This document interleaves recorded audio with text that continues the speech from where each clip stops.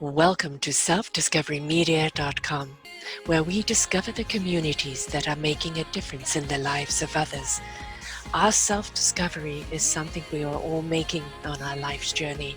Here you will find the people that will be your guidance, that will be your inspiration, that will be there for you in support on your journey of life. Do enjoy. Our next show is... Good morning, good afternoon, and good evening, everybody. Welcome back to another edition of Their Story Matters, right here on selfdiscoverymedia.com. I'm your host, Sarah Troy. My wonderful guest is Jared Knott. He's written an exceptional book that really is truly fascinating. Big Disasters, Tiny Blunders, Big Disasters. The what if factor. What if they hadn't done that? What if they'd only done that? Things would have been completely and utterly different in history. He says the small things had great historical consequences, and that often it doesn't happen as a single tiny mistake. It can cause an entire civilization to collapse. One tiny mistake, more often than you think. Readers of the Knott's book, Tiny Blunders, Big Disasters, will be amazed at the little things that have changed history in a big way. Here are a few examples. A single document, poorly designed by one single clerk in one single country, changed the outcome of the presidential election and led to a direct major war. A soldier accidentally kicks a helmet off the top of the wall and causes an entire empire to collapse. And a small mechanical device, several inches long, fails to function, which changes the outcome of World War II and leads to the death of millions of people. Oh my goodness, all these tiny blunders. What I'm absolutely fascinated to know, though, is how did you gather all this information? Welcome to the show, Jared. Thank you very much. It's good to be here. It's an honor. Yes, over the years I've read, because I'm sure you are a reader, avid reader, and I remember things from 30, 40, 50 years ago. I tell people my mind is a trash bin of trivia. Okay. You should be on Trivial Pursuit. I got the idea for the book about 11 years ago with one or two ideas. It comes from the old adage from Benjamin Franklin: from want of a nail, the shoe was lost. From want of a shoe, the writer was lost. One of the writer, the battle was lost. One of the battle, the empire was lost. The empire was lost, all for the want of a nail. But how often does that really happen? It's a nice saying, but how often does it really happen that a single tiny mistake caused an empire to collapse? About 39 times, but actually it's a lot more often than that. 39 is a rhetorical number. The actual number of stories in the book is more like 45, or depending on how you slice it, almost. Sorry, love, I've lost you. Can you hear me? Oh, now I can't. Yep, you lost you for a moment. Yeah, it's amazing how often a single tiny mistake can cause an entire empire to collapse and fall apart. Yes. For hindsight, right? If only I hadn't, or if only I had, which we can all apply to our own lives, right? Because hindsight is 20/20. But when you think about the kind of the chess game of war or decision making or anything that goes into anything, really you need 100 eyes on the situation from all angles to see things from all angles of but what if this happens, or what if that happens? What's the contingency plan? And very often it is that tiny weeny mistake that has the repercussions. My brother wrote a book, The Repercussions of Thomas D, and it's about a youth on his cell phone who walks from a wormhole while talking to his girlfriend and ends up in World War II and accidentally gives the entire future away to a German spy. I see. Right. I see. Well, which changed the entire outcomes. Yeah, I bet it would. Yes, because we don't have magic time machines, fortunately or unfortunately. Right, exactly. But the synopsis of that is that how little things can change. And I think, it's not just a question of people being overconfident, right? As you said, one soldier, helmet going off at the wrong time, and then because everybody's on edge, everybody's trigger happy, everybody's ready to go, right? And it's the false start, and it's like very often it's just simply not preventable, is it? Yeah, sometimes at the time these tiny mistakes are happening, the individual almost never realize how important it is. It seems like a very, very minor thing, and yet it dominoes and multiplies and throws against something else, and boom, boom, boom, boom, and then here comes this huge, huge, huge disaster in war or in politics or in navigation. But let's see. Would you like an example? I would love lots of examples, please, because this is intriguing. Yes, I'll start with a modern day one. This teaser there is, as you mentioned, a single document poorly designed by one single clerk in one single county changed the outcome of a presidential election led directly to a major war. And the war would not have taken place except for this single tiny mistake. But it has to do with the presidential election in 2000 down in Florida. And it's not the hanging chads. Most people are familiar with or heard about the hanging chads. It's not that at all. It was something completely different. A nice lady who was the collector, it was the clerk of elections in Palm Beach County, was designing a ballot with large print so that people, the older people, could read it easily. Okay, and she designed it on two different pages, a left page and a right page, with punch holes down the center. They call it the butterfly ballot, like the two wings of a butterfly. Al Gore was the number 2 name on the left page, but he was the number 3 punch hole on the punch hole list. The number 2 punch hole belonged to Pat Buchanan on the other side of the page. Well, it was very confusing the way it was designed. Had little arrows there, but people missed that. And so some people would punch both punch holes and realize they made a mistake and punch both punch holes, which invalidated the ballot. But Pat Buchanan in the surrounding counties, he got maybe 100, 150 votes per county. In this particular county, he gets over like 4,000 votes. And he himself said it was an obvious mistake, people punching the wrong punch hole. So Al Gore lost the state of Florida in 2000 by just 456 votes.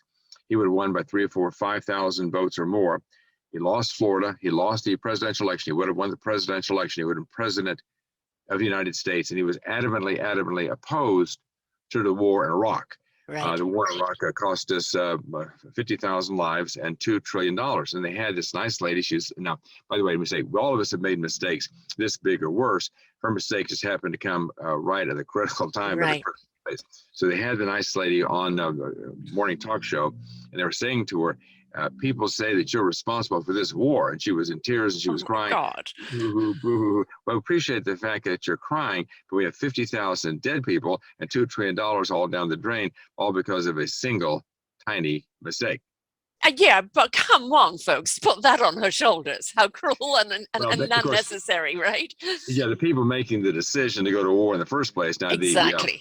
Now the 9/11 Commission said that decision to go to war was an example of groupthink, and it's now regarded as a major mistake. But of course, again, we don't have that magic time machine right. to go back and change things. And yes, of course, the leaders making the decision take the primary responsibility for the consequences of the war.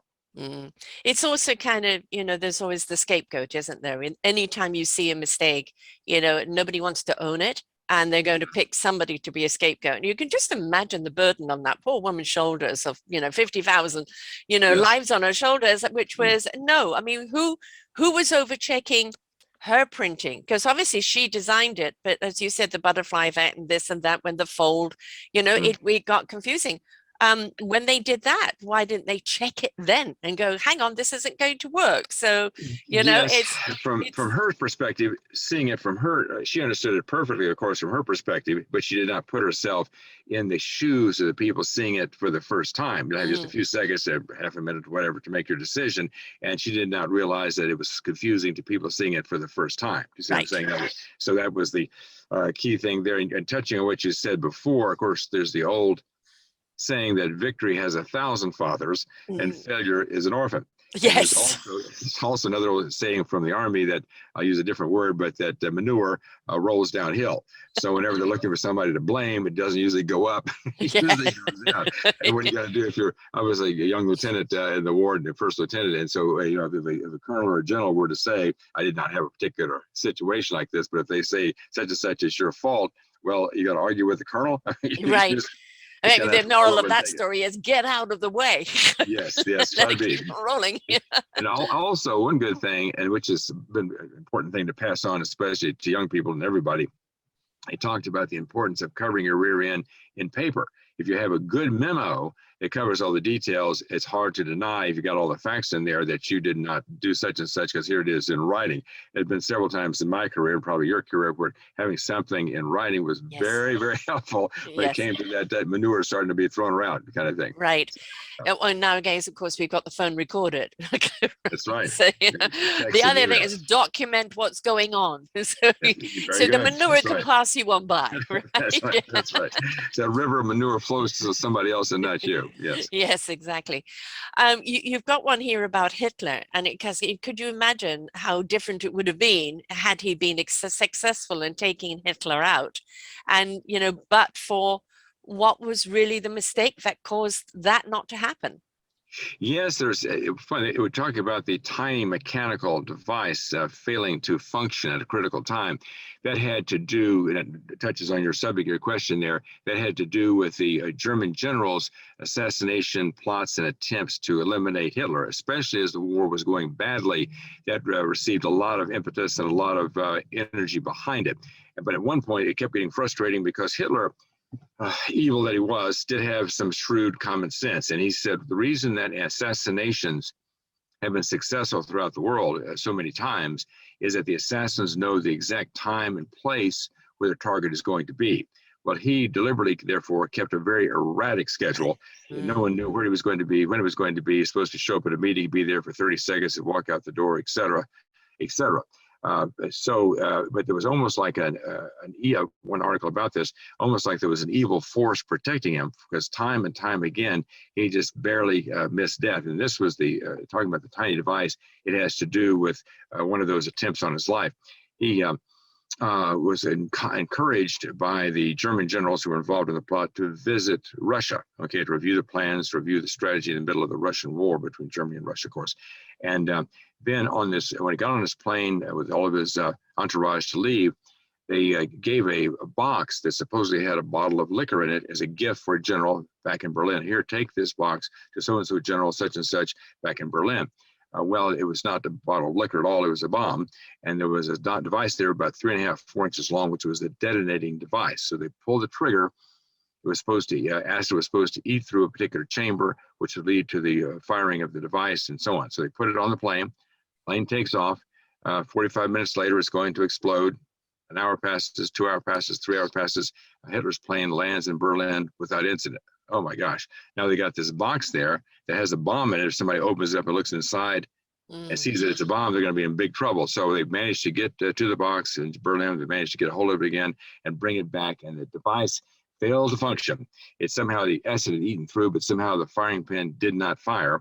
And if it had fired then the Germans, generals would have taken over, been able to take over. They could have surrendered it to the British and to the Americans about a year earlier than when the war actually ended. Hundreds of thousands of lives would have been saved. The map of Europe would have been different. East Germany would have remained part of Germany, would not have been taken over by the Russians. Also, part of Poland would not have been taken over, et cetera, et cetera. You would have had a very, very different outcome. So there we are. Would you say, because I'm always a believer that, things happen for a reason, and maybe things don't happen for a reason as well, that ideally, looking back in history, taking him out would have been a great idea. End the war, change the way history would have been. But do you feel that sometimes there is that kind of intervention of like a higher source saying, no, not yet, not this way? There's still a lesson to be learned from it. Yes, there's of course, there are people, Presbyterians believe in predestination, that everything is locked in place by the Lord, and that we don't really have free will. That's, of course, a huge, huge metaphysical discussion, whether we do or not. There was, by the way, it's interesting, there was an Operation Foxley in which they parachuted marksmen into Germany, and they knew that Hitler was taking a walk there at Berchtesgaden at a certain time, and the idea was the sharpshooters were going to take him out. But the decision was made that he was making so many mistakes that he was better off staying in place and having the Germans take over. Now, the case with the German generals and their assassination plot, they had a system in place to take over the government when Hitler was killed. So it was not going to be a question of certain wrong general is taking over, the right general is going to take over the government and then bring peace about. But in the case of an individual assassin, if he was just shot, then the generals, Goering and the other generals might have taken over, and they might have been much more difficult to outsmart than was Hitler. I'll give you, on that connection, I'll give you one of my favorite examples from the war about how the war, even late in 1944, possibly could have been won, except for a mistake, an emotional decision by Hitler. And that had to do, it's kind of, I'll start this way. Start with this anecdote. General Eisenhower was driving through Plymouth in about 1943 or 44, and in the car with him, the Jeep with him, was his son, John, who had just graduated from West Point. And there was huge amounts of supplies, gasoline, tanks, trucks, soldiers, logistical supplies, all concentrated in that one area. Plymouth, and then Weymouth and some of the others were primarily Plymouth. And young John was saying, young second lieutenant said, well, gee, Dad, gosh, it's a good thing we have control of the air, or the Germans would be able to cause massive damage with all the supplies concentrated in one place. And somewhat irritably, General Eisenhower said, if we did not have control of the air, I would not have allowed this concentration to take place. But he was thinking about regular air power, bombers and fighter bombers. He knew nothing about the V1s and the V2s, about the rockets. V2, of course, being a supersonic rocket, and the V1 being a buzz bomb. Well, after the war, and the bombs began dropping on London about a week after the invasion began. Well, after the war was all over, Eisenhower said that if the V1s and V2s had been directed at Plymouth and destroyed all that gasoline and all those trucks and all those tanks and all those men, all those supplies, the invasion would have to have been postponed. And since the invasion had begun a week before the bombs began falling, it might have meant that the invasion would have collapsed and failed from lack of support, from lack of all the materials that were necessary for the invasion. Well, then the Germans could have taken the troops from the Western Front, brought them to the Eastern Front. They could have taken the V1s and V2s, concentrated them on the Russians. They could have continued to develop. They already had their jet. The Russians had no jet, and they might very well have been able to stabilize a defensive line against the Russians on the Eastern Front.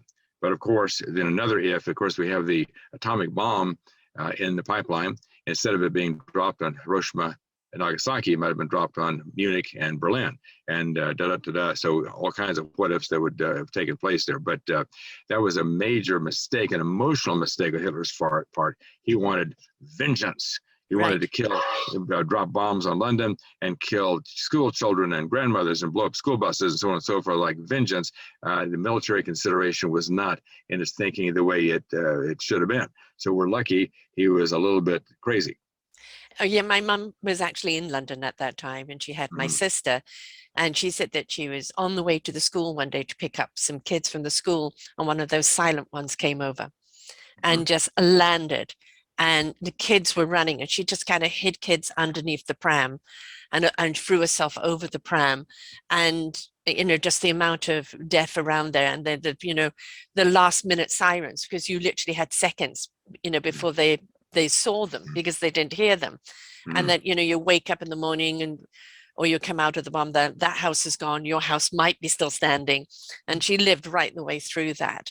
And it was kind of quite horrific. So it was almost like dirty play, the silent ones, because nobody had a chance to defend themselves. And it was, heading for the civilians. Yeah, thousands and thousands of children, Yes. of ladies, of non-combatants were killed, which was a sacrifice, but we're lucky that sacrifice was made. It was very, very wicked, evil, unstable man. So, yeah, in fact, on that subject, there was the foreign minister, the German foreign minister, von Ribbentrop, was saying that whenever he was making a proposal to Hitler, he discovered that the most extreme proposal was the one that the Fuhrer liked the best. Okay, and he was always criticized the generals for being too moderate and too limited. He said, Ribbentrop, he understands me. He's always going for these extreme measures, extreme proposals, and which pleased Hitler. Which, oh my gosh, which is the reason that we had such a gigantic mess from such an evil man. Yeah. In the first place. Yes, exactly. Do you have anything on the Kennedy assassination? Either one of them? No, not on the assassination itself, I personally believe that it was the act of one sole unbalanced assassin. The back then the security was far too loose. They were driving through the middle of Dallas, and the Secret Service looked up at all those windows and all those buildings, and they knew that was an opportunity for a rifleman to, and driving an open car, a rifleman to strike and the car was moving very slowly. They knew that was a weak point as a vulnerability. But back then the standards were so loose that there was just allowed to take place. Now the security is far tighter. That would never be allowed to happen, and we just can't have our leaders, unfortunately, exposed to that kind of danger. Yeah. What's been the most bizarre finding that you have found? You're like, oh my God, how could this even happen? Oh, it's so ridiculous. Well, yes, it's funny. There's lots of bizarre ones. There's one that is very interesting. It's a little bit long, so I'm not going to go into it, but China could have been a democracy, except for a mistake by Woodrow Wilson and the world leaders at the Versailles Treaty. Okay, we have a couple of minutes. I can tell. Yes, I'm intrigued. Yes, changing the entire front of how China would have been. Yes. Well, it has to do. The title of the chapter is the missing paragraph that caused a war, but actually it caused much more than just one war. It's one of the biggest mistakes in the book. So, of course, World War I is won by the Allies. They're meeting there in Versailles to decide how to divide the spoils. And Japan had been on the side of the Allies and had defeated the Germans in the Pacific, and had taken possession of the German concessions in China, areas of China that were controlled by the Germans. Okay, well, the Chinese themselves had provided over 100,000 workers to the Allies. They had dug trenches, and they were very valuable as well. So both sides, Chinese and Germans, were entitled. Chinese and the Japanese were entitled, I think, to a certain amount of the spoils being divided. And but there was a complication there. The Japanese wanted two things. They wanted to be able to control the concessions there in China that had belonged to the Germans, and also they wanted a simple thing. They wanted a statement of human equality to be put in the Versailles Treaty. Well, gosh, you could quote actually from the excuse me, sir. You could quote. That was my wife. No, thank you. I'm listening. Okay, sorry about that. Okay. That's okay. You could quote from that happened to Rudolph Giuliani once in a debate. The telephone rang right in the middle. I think it was his wife. But anyway, so they all wanted their concessions. Now the Japanese wanted just a simple statement, two paragraphs, one paragraph, a sentence, that all human beings in the world should be treated with equal rights and with equal respect, et cetera, et cetera. Again, to go to the Declaration of Independence, all men are created equal. Yes. Okay. Well, what was the problem? Well, down in Australia, even to this day, thinks of themselves as a white island floating in an Asian sea. They do not want a lot of Asians coming in, working for cheap labor, and take the labor wages away from Australian workers. Also on the West Coast at that time, there was a similar attitude. Asians coming in, taking wages away, jobs away from the native inhabitants there.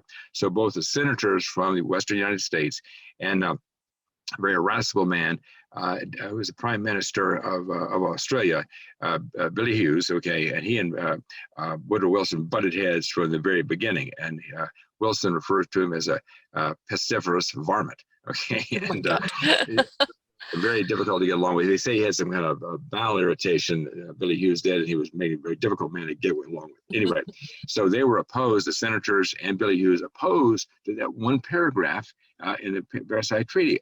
And you look back now, what in the world? We opposed that.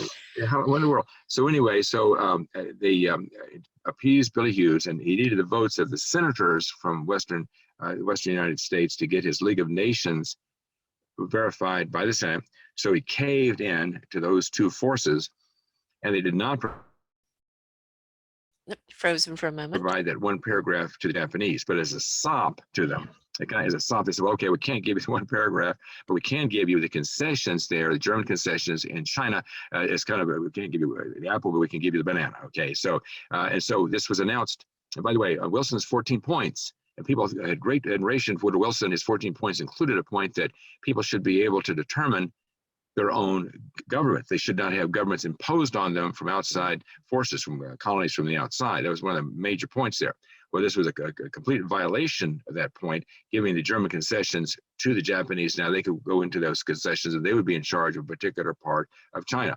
Well, that whole decision was announced on, the dates are important, May 3rd.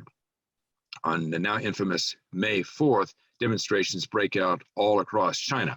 And one of the Chinese leaders had said, we had believed in Woodrow Wilson and the Western democracies, and then we decided that they were all great liars. So they turned away from the Western democracies.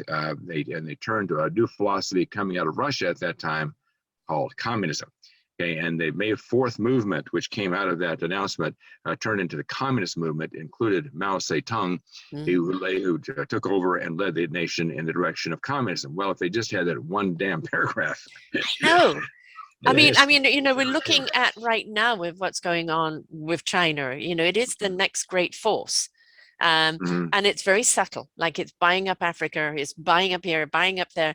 You know, if we don't pay attention, you know, it's the domination is there. Now, you imagine if that one paragraph had been there. Yes, that's covered by the whole world would have been different. Yes, my source on that is Professor Macmillan on the book, best-selling book for 1919, and it's well documented. Is that one tiny mistake and one little paragraph could have changed everything. Can you imagine if China were a democracy today? India's a democracy, Japan's a democracy, South Korea's a democracy. Can you imagine if China were a democracy?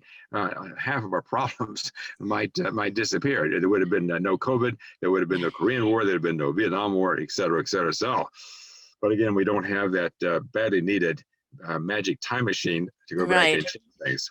But what do we learn from it, though?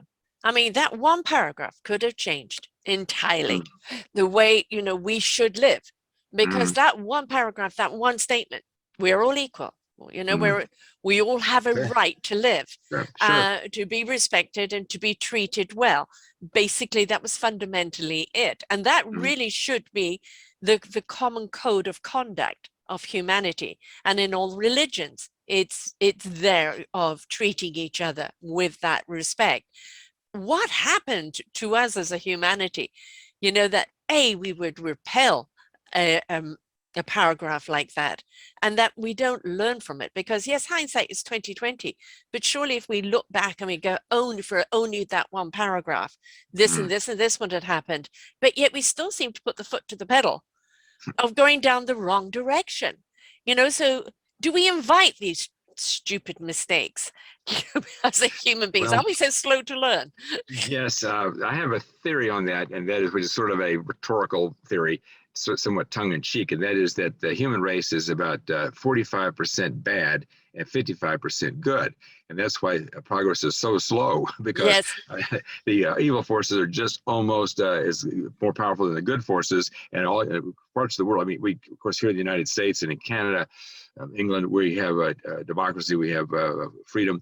In many parts of the world, that is not the case. The Chinese, of course, are persecuting, I should say, the minorities over there, the Muslim minorities, putting concentration camps put to death. Russia, there's a huge amount of repression. In Africa, God bless the people. In Africa, God bless the people. In Mexico, our neighbor, the drug cartels have taken over large parts of the government. The justice system has been in collapse for a number of years. In the United States, we take it, in Canada, we take it for granted. We can walk down the street, go to the grocery store, buy a gallon of milk and a loaf of bread, and walk back, and it's reasonably safe. But of course, in some parts of our city, not so. United States, not so safe. But throughout the world, there are many cases where there's no law. There's no protection, and life can be nightmarish. So hopefully, so humanity. I mean, I think having a book like you have, of like those tiny blunders, big mistakes, you know, it's the thing about it is, by reading it is, yes, oh my goodness, really, what, you know, and all of that. There's the intrigue factor, but I think the lesson learned, you know, the lesson learned from it, you know, how life could have been so different.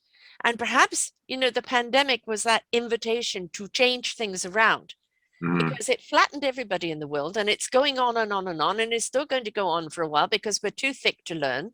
And it's about us as a humanity coming back together, going back to that one paragraph, treating each other as equal. And why are we still harping on about differences of color and religion and faith and everything else? Why can't we see each other as a human race? Why do we want to go feed the evil side of our nature instead of the other side? Because we know feeding the other side, what does it do? Death and destruction. Over and over again, history shows us that. Who are the winners? Even the people that are in power are only in power for a short period of time before their day comes. Surely it's time to change course. Yes, I would take a little bit of a cynical tack I here. know it's very easy to be cynical when you look at the world. I'm just trying to be the optimist. Yes, I know. Yes, you have to be. In fact, going back to that subject, between the wars, there were a lot of people who were pretty anti-war in their attitudes and feeling. There was a great movie that came out. It was the Testament of Youth, and there was an anti-war kind of movement. It was based on a book, et cetera, et cetera. So the whole thing was there were people that were merchants of death. You're out there selling cannons. You're out there selling tanks. You're out selling arms and so on and so forth, making money off of war. These evil people who are merchants of death. Well, if we had been much better prepared, very well prepared in the 1930s, World War II might have been avoided, or it might have been handled much more easily, because we were, in the words of General Marshall, we were carrying the treasure and freedom of the United States in a paper bag, just way, way behind the curve. So if we had been better prepared, we could have quite possibly could have avoided World War II altogether. And then we look at the situation in China, and I'm sorry to say, but there's evil there. The business about allowing the disease to spread outside of China, outside of Wuhan. They could travel to Italy, they could travel around the world. If they spread it around the world, they had to know what they were doing at the very least there. So we have to deal with a lot of evil, and we have to deal with it in a practical way. Strength gives us peace, even though there's kind of an irony there. The more guns we have, the more peace we have. Weakness invites attack. There's the old saying from Lenin, advance with bayonets. If you encounter mush, advance further. If you encounter steel, withdraw. So we have to be able to give steel to our enemies, or it would just, they'll run riot over us. They'll take advantage of us. They do not have they're so nice, we appreciate them. No. If they can cut our throats and they can dominate different parts of the world, they will. So it's through strength that we get peace. That's kind of a bitter pill to swallow, but that is the reality we have to deal with. I do feel that, our entire way of thinking needs to change. We're constantly on the defense. We're constantly, bring it on. My gun's bigger than yours. And, perhaps there was a wonderful saying the other day about communication is key, but how about compassionate communication? Actually speaking to one another to actually learn about one another instead of judge one another. And I think that perhaps the weapon now needs to be dialogue and not steel. And perhaps it needs to be about the depowering and more equalizing. And have we got a long way to go on that? Hell yes, we do. But I think it's rather stupid. What's the Einstein thing about the thing of insanity is doing the same thing over and over again and expecting the same, different results. Well, I think we can look back at, especially your book and showing all the blunders, showing all the what ifs. If this only hadn't happened, if that had only happened, where would we be today? And we changed the course of that, maybe through stupidity, maybe through simple accidents, maybe through a different way of thinking, arrogance, ignorance, ego very much comes into play of all of that. But who would we have been today? Like China, a democracy, with all those other wars not happening, actually working together. Because what the hell are we here for on this planet? Just to kill each other off? I can't believe that, and I think somewhere along the line we have to learn. And if we can learn from looking at all the blunders that have happened, but the what ifs, is this now an invitation for us to look at, if only that paragraph had got in? If only that paragraph had got in, where would we be today for one paragraph? And if we can look at that and go, but why can't we revisit that paragraph now? Is it harder? Yes. But, what angle can we take now to change the tide instead of just going for a swim? Yes. Again, I'm gonna. I want to live in the world that you're describing, but the world that we have, I think, is we have to say it's evil out there, and we have to deal with evil. And if you domination and the avoidance of domination are an important part and essential part or a critical part of human makeup.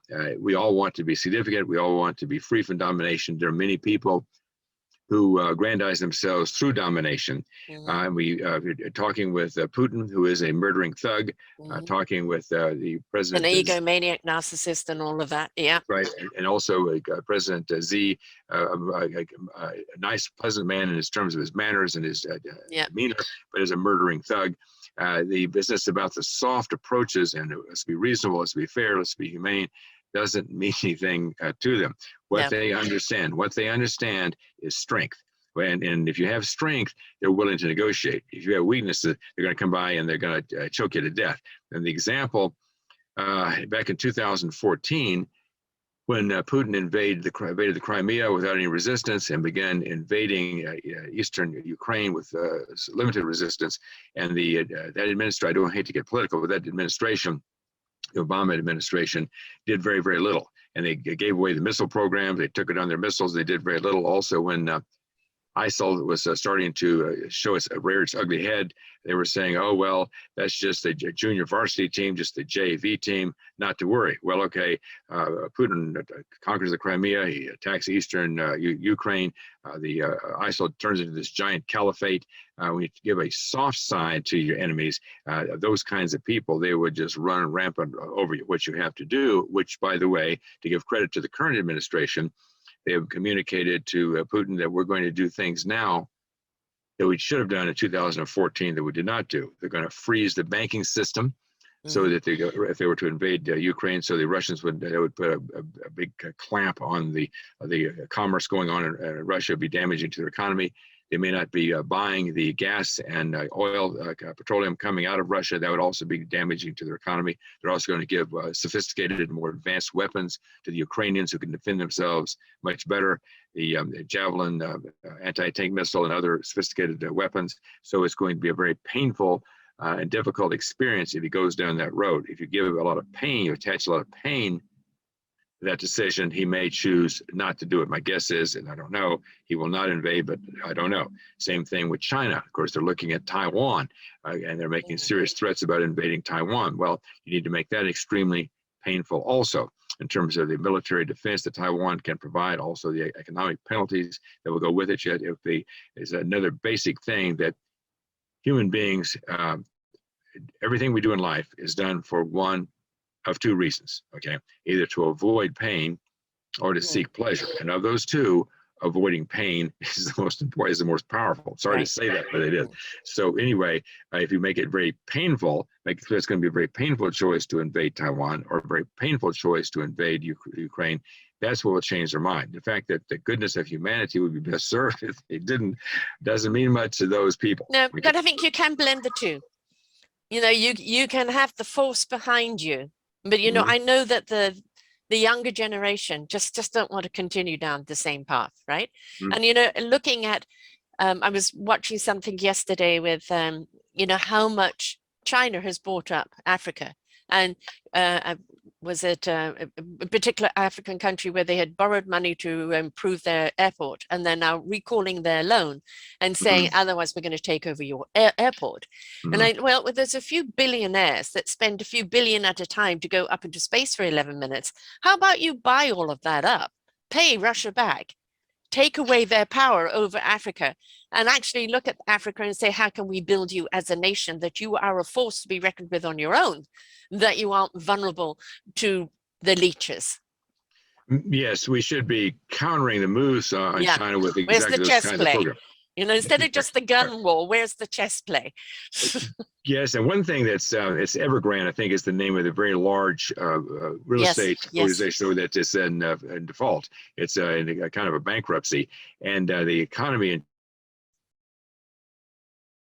China is faltering. Some people say it makes them more dangerous because they are having weakness now, but they're not the threat they seem to be. In one sense, they're not the threat they seem to be 5 or 10 years ago because their economy is stumbling, but at the same time, they may be more feel like a cornered animal. They may feel the need to strike out more than that kind of circumstance. So, but that it is, of course, Henry Kissinger and the other diplomats over the years have been successful in many cases. The fact that we had nuclear weapons as a counterbalance to any kind of Russian attack. The Russians could have overrun Western Europe easily, except for atomic weapons. That was kept them in check, and we had peace in Europe for over 40 years. So that kind of balance of power, and like you say, very good diplomacy and very good strategizing can keep us in peace and keep the enemy at bay. And hopefully, those areas of the world that are suffering economically and politically from a lack of individual freedom, Latin America, much of Latin America, Africa, much of Asia, maybe they can start moving in the right direction. It looked like democracy was on the upswing several years ago. Now it seems like Russia going back the other way, China going the other way. It seems like it's kind of receding, but maybe there can be a movement towards democracy and prosperity. And I'm a believer in free enterprise, and the rest of the world can become prosperous, and not just certain countries and not the dominance. Yeah, it's Western like, Europe and the United States as a mother, Japan and so the on. mother instincts come out of me, and it's like the reprimand, the voice comes out, the mama voice comes out, and they already know, uh-oh, we're in trouble, right? And it's like, show the wooden spoon, you don't need to use it, you've already scared them shitless, right? And it's so now we're going to talk about that. And I think, yeah, your weapons can be the wooden spoon, but there has to be the dialogue. There has to be the dialogue, Yes, absolutely right. That's exactly right. If you have the weapons, you have the strength, and they know you have the strength, then they're willing to negotiate. If they think you're weak and they don't have to negotiate with you, they just take it, then they will take it. And what you say brings up an interesting point. It was some of the jockeys would say, in working with the racehorses, they wouldn't sometimes not use the whip, but they would walk around and make sure that the horse saw the whip. Yes. Of course, it depends on the horse. Some of the horses respond to the whip well. Some rebel when they whip. But if they certain horses, if they just know you have the whip, and they see the whip. Somehow that is the right way to approach. So the that deterrent, would be right? The show the whip approach, and then maybe you don't have to use it, kind of thing. So it's the same thing that China and Russia are using on the intimidation with everything else. We've got weapons you haven't, so we can intimidate, right? So as you said, by giving those that are suppressed the access to weapons or to force in some kind, some upper hand, then it's a more of an even table when it comes to it. But it's, that it is like the piranhas. If they see somebody weak, I'm going to just gobble them up. Well, how about we take all the weak nations and strengthen them? Right. And then they don't become so vulnerable. And I just think, going back to that paragraph of more the equality around the world, I think that we would actually realize with, all countries, all human races having more equality, we would be more of an enriched human nation with so much more e-commerce and abundance in the world. But this constant hierarchy and bullying and I've got to have the power, is really, it's been the detriment of humanity from the beginning of time, and it always will be until we get our act together. Well, yes. Now, of course, there's a complicated situation. For example, of course, in the case of Mexico, for example, the drugs and the drug cartels, because the United States is filling individuals in the United States willing to spend billions of dollars to get those drugs, the fentanyl and the rest of it like that. That huge market has created very powerful cartels who then have just virtually taken over Mexico, and the justice system is just pretty much in collapse. So how does Mexico, if you were trying to be president of Mexico, you probably can't get there unless you are at the beck and call of the drug cartels. And how do you solve that problem? It's a very difficult problem to solve. Also in Central America, the same thing. It's a very difficult thing, and going in and getting involved in nation building is extremely Right. challenging and, Yeah. and not very rewarding. So it's I don't have the solutions to all of our problems. Too bad Latin America cannot become a more just, balanced, democratic, and prospering area. Too bad Africa, which is I guess the saddest, in some ways, the saddest places in the world, some of the most greatest Yeah. poverty, as well as the Middle East and so on like that. I don't have solutions for that. If there was a higher level of education and prosperity, there's a better chance of having a higher level of functioning democracy and freedom and protection for individuals. How we get from here to there is going to be a huge challenge. Hopefully, in the next 50 years or 100 years, we can move down that road and have some fruitful results. We hope. Yeah. Everything is e-commerce. Supply and demand. If we stop demanding, the supply dries up, right? Or if we, the old boycotting, but if we don't buy from China, right? If we don't buy the drugs, folks, yes, it looks simple, but somewhere along the line, it's attack the source, not just the Band-Aid. Right. And, again, I go back to that one paragraph. For that one paragraph, how life would have been different. And, we have this opportunity right now. Yeah, okay, 45% evil, 55% not. Well, it's still 55%. So how do we tilt the scales? And we have to have some optimism. And we also have to have some sensibility. And just, it's not about strutting the stuff. My gun's bigger than yours. Boo, I'm a bigger bully. It's about, why are you feeling that you need to have this power? What if there is an actual solution there that your country could be highly economical? And therefore, the power would be on you with providing for your people instead of intimidating for your people. I just don't understand why things are not looked at differently.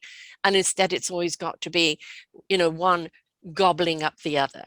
And so, do we not learn from history? You've got it all through your book. Do we not learn? Yes, I think, and I hate to sound overly cynical, but I think we have to have strength.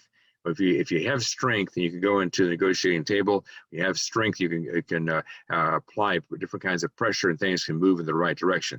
If you have the attitude that we have a humane philosophy here, we want to have understanding, we want to have support of underdeveloped people, people in need, downtrodden people, and so on and so forth, doesn't mean anything to the evil forces and the leaders of those countries that are leading those evil forces. It means nothing to them. What they understand, and I know it's an old cliche, and it sounds hard and bitter, but they understand strength. Strength they will respond to, they'll negotiate. You can work with them if you're coming from a position of strength. Coming from a position of weakness, it's a little bit like the lamb trying to negotiate with the wolf. So show them the whip. Show them the whip. Show them the wooden spoon. Show them the strength, and just say your tactics have to change. Yes, if you have the whip, if you have the strength, okay, then you can make progress. But that's what I'm saying. You can have it there. It's just don't go meet the weapons and have them solve it out. It's like, here is the whip, and I'm prepared to use it. This whip, this wooden spoon is prepared to come out. But this is to bring you to the table where things have got to change. It's just the perpetual wars, and it's like, where is that getting us? Death, and more hate and destruction. So surely we've got to change the record, right? Yes, that balance of having a strong and being able to respond, which I give credit to the current administration. They're doing what they did not do. The previous Democratic administration did not do in 2014.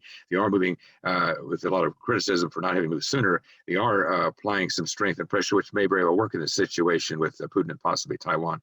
We'll see. Now, by the way, on that subject, associated over there are two wars that I think in the United States could have avoided these last 60 years, two wars that did not have to take place. That was Vietnam, number one, and then also the war in Iraq did not have to take place. Yes. Yeah. So, and I'm from Texas. I'll make a point here. I'm from Texas, and I volunteered for the Vietnam War and volunteered for the infantry and whole thing, in part because of the heritage of the Alamo. Yeah. and the whole business. I mean, seriously, there's something about Texans and war. But anyway, we had a Texas president at the beginning of the Vietnam War, and we had a Texas president at the beginning of the war in Iraq. In Mm. both cases, I think if we'd had a Texan, I mean, not Texan, but if we had a president who was from Vermont or Connecticut or Wisconsin or something like that, they might, or it come down from Canada. We can't do that because of the Constitution. but anyway, but if we had someone with a little bit less of a bellicose attitude, Right. it could I have been agree. avoided. There was a recorded conversation between Lyndon Johnson and Robert McNamara. The recording exists today. And he was saying to them, talking about Vietnam, I want you to have some people put a plan together. We'll go over there and whip the hell out of them. Okay, well, that's Right. that's the kind of thing that a Texan would say. Okay, Yes. and then of course Hi, Iraq, Corral. that kind of thing, and then also the thing about Iraq. That in fact, let me bring up one of the items in the book which I think is important, and that one is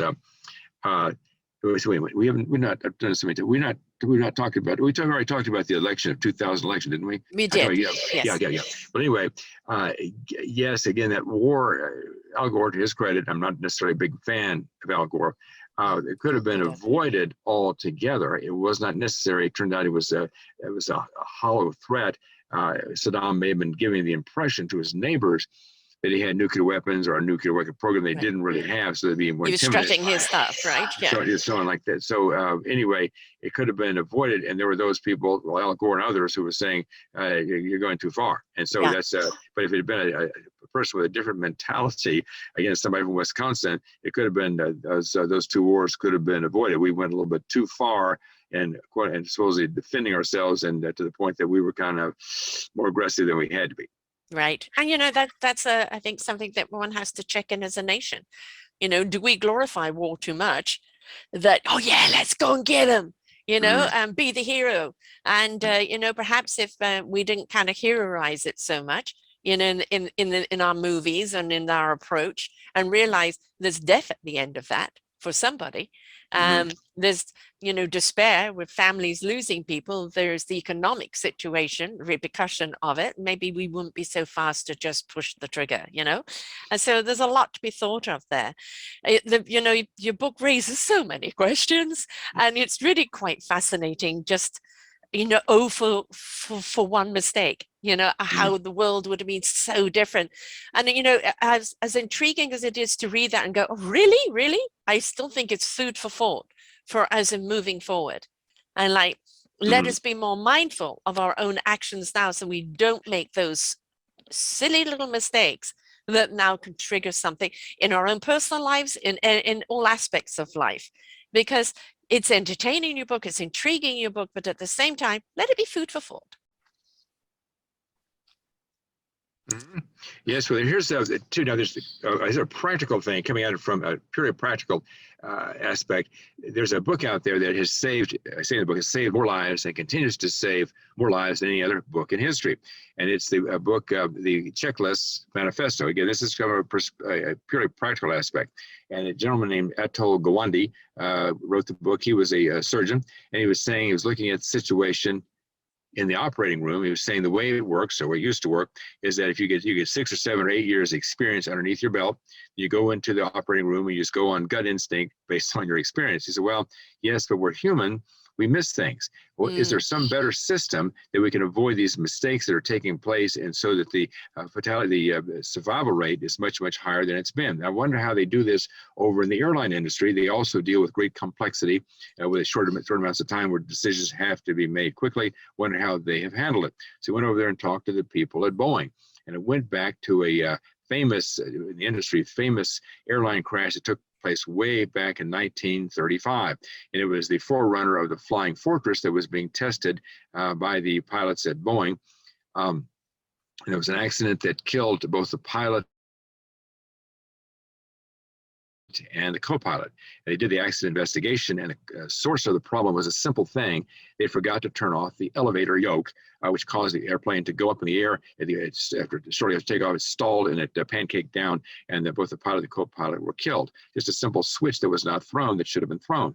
So they came up with a solution, a simple, an ancient tool, the humble checklist. And what they would do now, they put this together as a checklist to say 37 items or 43 items, and a co-pilot and pilot go through it. We turn this dial to this position, check, check. We turn off the elevator yoke, check. We turn over this one, check, check. And all these 37 items or 43 items are gone through, double checked by both the pilot and the co-pilot, and that avoided a lot of mistakes. And of course, going into World War II, which came along just several years later, with a lot of novice pilots with very little flying experience, it saved hundreds and maybe thousands of lives. Okay, Atul Gawande said, let's take that and we'll apply it to the operating room. And again, we're talking about a simple basic program, the checklist. And of course, now it's a accepted practice. They go through before operation begins of a detailed checklist and other procedures, a checklist to make sure all 17 items, 23 items, 45 items are checked off and reviewed. Human beings can only think about one thing at a time. And you have to make sure that you're going to think about all those 37 items, those 43 items, none of them gets left behind. So anyway, and also they learned, by the way, that when the people in the operating room, everybody knew each other's name. That was also very helpful because it encouraged communication, and better communication also avoided mistakes. Right. And they got very good results, incredibly good results. The fatality rates when this program was applied dropped 36%. 36% of people surviving than would have died otherwise. So it's a program that has been wisely applied.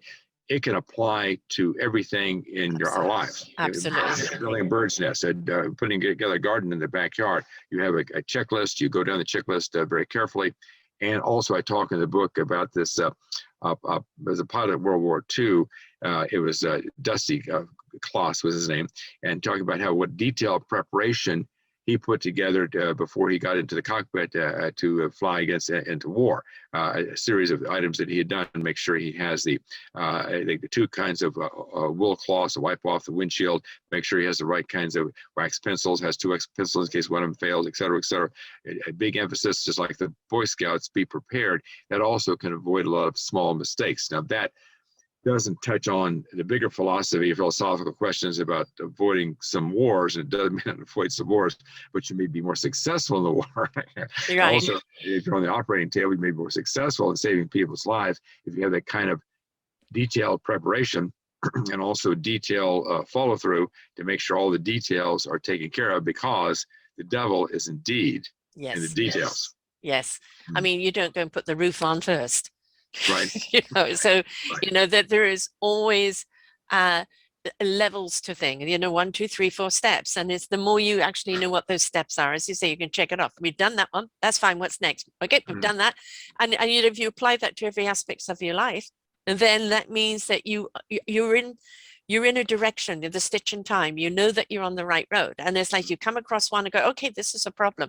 It's not the whole thing is a problem. This one step is an issue, and it's easier to direct on it because you're not feeling overwhelmed by everything. So yeah, just 2 people's lives sacrifice saved millions and millions of people, or more than that. It did. There was an important lesson learned there that changed the entire airline industry and then changed the medical field as well years later. Yes. Yeah. And that's the thing. Let's learn from the mistakes. Mistakes. The failure is in not learning. Right? It is not a failure to fall on your backside and, and get back up and do it a different way. That's the lesson. The failure is to sit on the backside and go, okay, it can't be done any other way.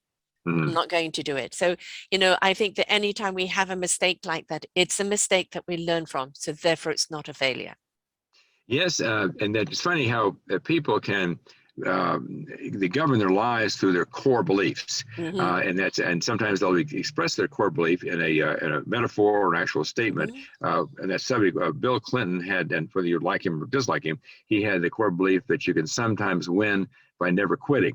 And sometimes even when he got knocked down flat, he kept coming, comeback kid. He kept going, like a bouncy thing. That's right, kept coming back, and was successful with a great deal of determination and persistence. And so then that's a thing. And then Hitler, by the way, speaking of, with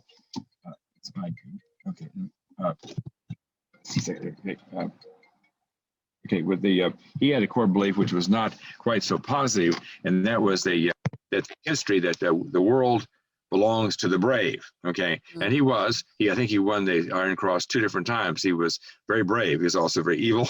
He was also very twisted. He's also very sick. He caused great harm to Germany, great harm to the world.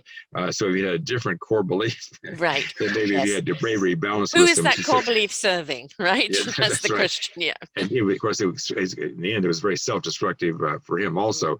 Another good core belief, George Bush, the father, had the core belief that good things happen to good people. That's a good one right there, because if you're good to people, nice to people, he was, by the way, whether you're a Republican or Democrat, everybody agrees what a wonderful, wonderful man he was. Yeah. He and Barbara, the people that worked there at the White House, he knew about their children, he knew their children's name. When he would see them, how is Barbara doing? How is John doing? He was a very considerate, thoughtful man, and good things came to him as a result of that. Right. That's the kind of core belief that we want more Yes. of in the world, and less of the other one. So, Right. well, what we feed is what grows, right? So, that's you right. know, seed, you know, the right seeds, water and nurture them. And, you know, it's rather, you know, social media is an algorithm, it gets a bad rap, but if you're getting negativity from it, it's because that's what you're feeding or responding to.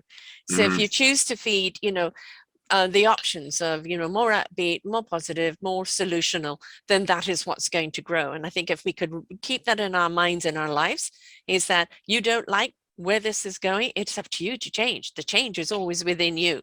How you see it, how you speak it, how you do it, right? So we can change our own algorithm. And I think that a lot of it just comes from our own perception and our own why. Right. Yes, the guru, the kind of motivational speaker, Tony Robbins, has a thing. He talks about how people tend to get, all of us tend to get what we emphasize. That thing which you emphasize, that's what tends to come back. If you're working very, very hard at your job and very thoughtful and very considerate, a lot of times it will work out well as a result. If you're emphasizing good relationships with your family and your friends, you look, how can we make this better? How can we make this work? You tend to get that. If you are thinking about how can I feel good in the next 30 minutes, okay, you take whatever stimulant or depressant make you feel good in 30 minutes. Okay, well, 2 hours and 5 hours, and the next day you're going to feel like crap. Okay, right. I mean, so you don't want to trade, do not want to trade short-term gratification for long-term gratification. Right. But you know, the things that we think of as our biggest priorities, that we give the biggest emphasis to, that tends to be what you will get. And so think of what you're emphasizing, what you are thinking of as a high priority, and then that's where you're taking your life. And is that where you want to be in 1 year, 3 years, 5 years? Right. I think this book should be in every home. I think it's a book that, you know, teenagers up, that should be read by the family, you know, and because not only is, wow, really? Oh my God, imagine, you know, I still feel that it is planting the seed for redirections in their own lives, or seeing it, oh God, I don't want to make that mistake, you know. And I think the more you become aware of mistakes, the costly mistakes that have been, perhaps you become more aware of your own decision making, you know, to avoid those mistakes in the beginning. So I think this is a household book that not only can be entertaining and intriguing, but at the same time plant those seeds of, you know, of more awareness, more attunement, and, you know, more of that perception of how a silly mistake, even in your own life, can change, you know, everything. And I think it's you know, it's intriguing. Yes, really, what there's a lot of what's in there, but at the same time, food for thought. And, you know, you're planting seeds in there of like, be mindful and be aware, and you know, oh, for that one paragraph, how life would have been different.